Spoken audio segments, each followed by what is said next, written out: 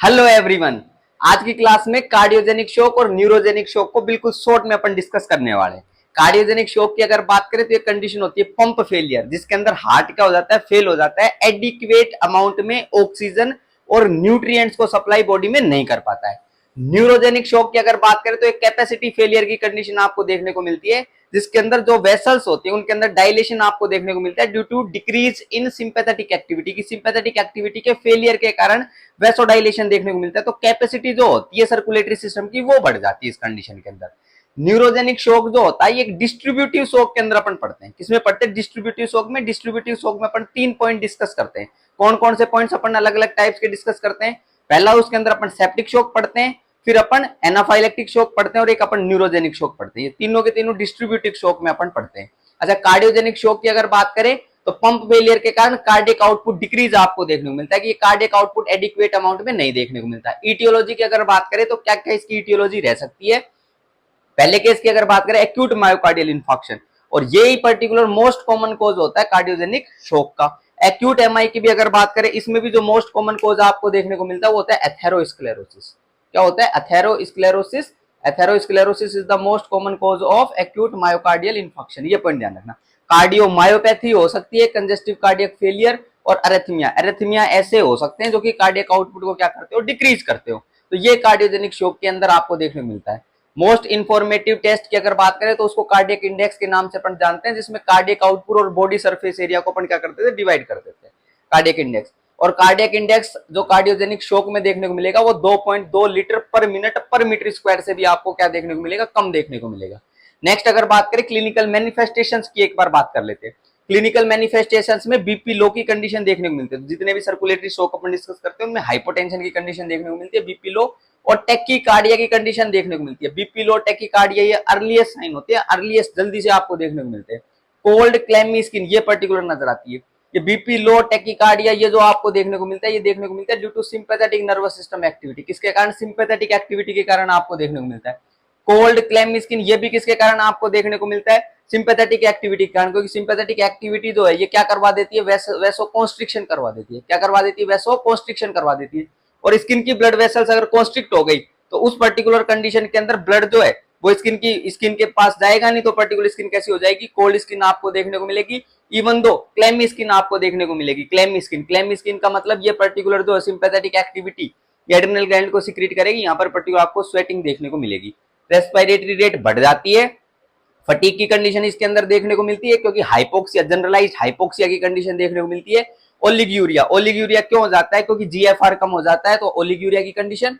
Cutis मार्मोरेटा ये particular शब्द आप लोगों को देखने को मिलता है। इसका मतलब होता है स्किन जो होती है वो पिंकिश ब्लूइश मोटल्ड स्किन आपको देखने को मिलती है इसके अंदर। और कब देखने को मिलती है? When expose to cold temperature. और कोल्ड टेम्परेचर के ऊपर स्किन को अगर लेके जाते हो तो पिंकिश ब्लूइश मोटल्ड स्किन आपको देखने को मिलती है। एंड रीवार्मिंग अगर कर दोगे तो the skin will appear normal. ये पॉइंट ध्यान रखना। स्वेटिंग इसमें देखने को मिलती है।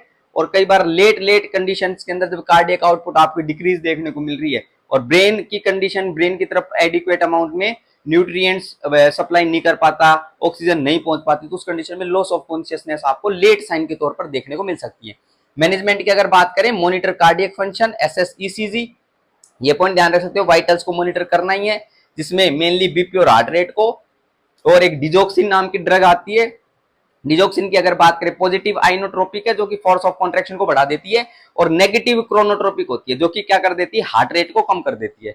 और डोपामिन जो कि हाइपोटेंशन के अंदर अपन इस्तेमाल करते हैं, इनका क्या कर सकते हैं, अपन यूज कर सकते हैं। नेक्स्ट न्यूरोजेनिक शॉक की अगर बात करें तो न्यूरोजेनिक शॉक के अंदर अपन ये पॉइंट डिस्कस कर लिया कि कैपेसिटी फेलियर की कंडीशन होती है सिंपैथेटिक एक्टिविटी के फेलियर के कारण। क्या देखने को मिलता है? वेसोडाइलेशन देखने को मिलता है। ईटियोलॉजी की अगर बात करें तो कुछ ईटियोलॉजी आपको देखने को मिलती है। जैसे पहला पॉइंट है सिंपैथोलाइटिक ड्रग्स, ऐसी पर्टिकुलर ड्रग्स जो कि सिंपैथेटिक एक्टिविटी को इनहिबिट कर दें, तो उनको अपन किस में कंसीडर करेंगे कि वो न्यूरोजेनिक शॉक कोज कर सकती है। मिनोक्सिडिल, हाइड्रोलेजिन ये पर्टिकुलर ड्रग्स हो गई।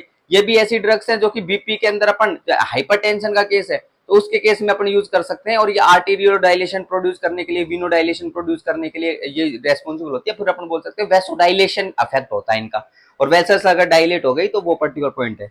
नेक्स्ट मेडुलरी इंजरी हो सकती है, या फिर मेडुलरी इंजरी जो बोले तो मेडुला ओब्लोंगेटा है, मेडुला ओब्लोंगेटा, उसकी तरफ पर्टिकुलर क्या देखने को मिले आपको, उसमें इंजरी हो जाए और उसमें एक सेंटर प्रेजेंट होता है वैसोमोटार सेंटर, वो वैसोमोटार सेंटर अगर प्रेजेंट है वहां पर, वो ब्लड को, बीपी को क्या करता है, वो रेगुलेट करता है। तो वैसोमोटार सेंटर, ये पॉइंट आप इसके अंदर ध्यान रख सकते हो।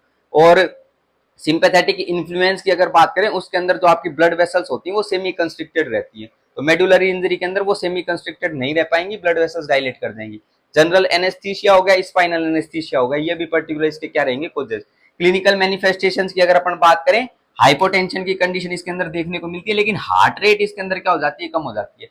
देखना भाई, जितने सर्कुलेटरी शॉक पड़ते हैं न्यूरोजेनिक शॉक के अंदर, हार्ट रेट क्या हो जाती है, कम हो जाती है। क्यों हार्ट रेट कम हो जाती है? क्योंकि इस कंडीशन में सिंपैथेटिक नर्वस सिस्टम की एक्टिविटी इनिबिट हो चुकी है, इसीलिए पर्टिकुलर वार्म और ड्राई स्किन आपको देखने को मिलती है। क्यों? क्योंकि सिंपैथेटिक एक्टिविटी नहीं है, तो इस पर्टिकुलर कंडीशन में वार्म और ड्राई स्किन आपको नजर आएगी। पिंक स्किन पर्टिकुलर नजर आ सकती है, क्योंकि सिंपैथेटिक एक्टिविटी अगर नहीं है तो वैसोडाइलेशन है, स्किन की तरफ अच्छी स्किन की तरफ अच्छी ब्लड सप्लाई देखने को मिल रही है।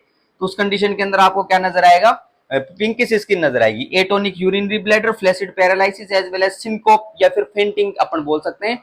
सिनकोप या फेंटिंग की अगर अपन बात करें, तो अगर अपन बात करें शॉर्ट टाइम के लिए, ट्रांजिएंट एंड शॉर्ट टाइम के लिए अपने को क्या देखने को मिलता है, loss of consciousness as well as postural tone आपको देखने को मिलती है।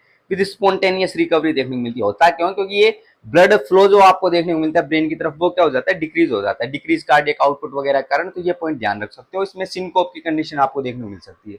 मैनेजमेंट की अगर बात करें, न्यूरोलॉजिकल स्टेटस को मॉनिटर करना है, वाइटल्स को मॉनिटर करना है, सिंपैथोमाइमेटिक्स ड्रग का क्या करना है अपने को, यूज करना है, जो कि सिंपैथेटिक एक्टिविटी को बढ़ा देगी, जैसे कि adrenaline. Next, treat the exact को, जो भी एक पर्टिकुलर कोजेस देखने को मिले, इनको क्या करना है, इनको एग्जैक्टली ट्रीट करना है। Thank you so much.